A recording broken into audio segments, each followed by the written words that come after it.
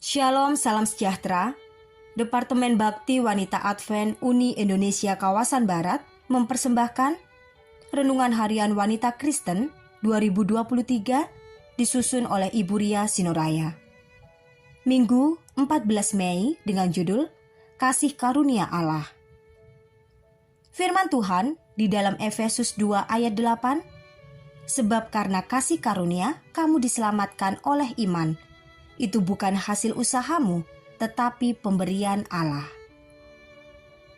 Mengirim ayat-ayat Alkitab dalam renungan pagi melalui WhatsApp, tidak terlalu ambil pusing apakah dibaca atau tidak, sudah menjadi kebiasaan saya.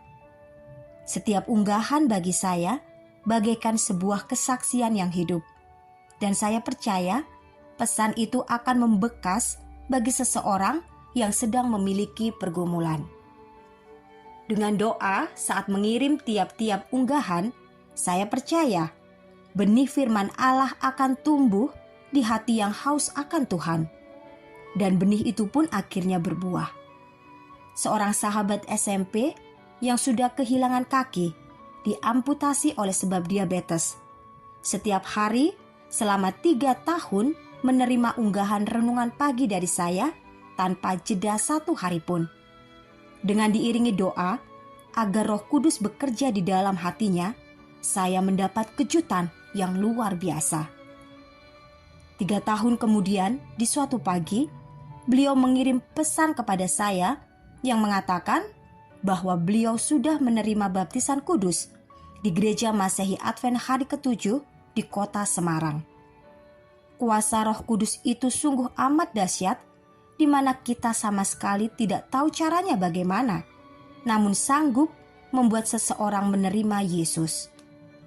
Hanya dengan mengirimkan renungan pagi ke WhatsApp grup reuni teman-teman, grup keluarga, maupun ke perorangan dapat menyentuh jiwa. Biarlah Roh Kudus yang akan bekerja untuk selanjutnya. Banyak umat Kristiani yang mengamini bahwa hanya oleh kasih karunialah dan bukan hasil usaha kitalah, maka kita diselamatkan. Namun ayat ini pun dipelintir oleh iblis dengan mengatakan bahwa tidak ada gunanya lagi bagi kita untuk menurut segala yang diperintahkan Allah, termasuk ke-10 hukumnya. Dengan melempar ajaran palsu ini, iblis berhasil memperdaya manusia agar tetap hidup dalam dosa, sebab dosa adalah pelanggaran akan hukum Allah. Firman Tuhan di dalam 1 Yohanes 3 ayat 4 menulis, setiap orang yang berbuat dosa melanggar juga hukum Allah, sebab dosa ialah pelanggaran hukum Allah. Sebab itu banyak pengikut Kristus yang menjalankan perintah manusia dan mengabaikan hukum Allah, khususnya perintah untuk ingat dan kuduskanlah hari Sabat. Sementara masih memelihara ke-9 perintah dalam hukum Allah. Padahal jelas tertulis dalam Yakobus 2 ayat 10, sebab barang siapa menuruti seluruh hukum itu, tetapi mengabaikan satu bagian daripadanya, ia bersalah terhadap seluruhnya.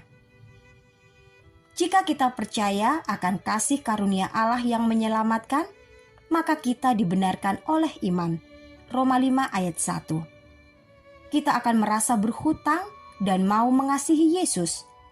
Lalu jika kita mengasihi Yesus, maka kita akan menuruti segala perintahnya.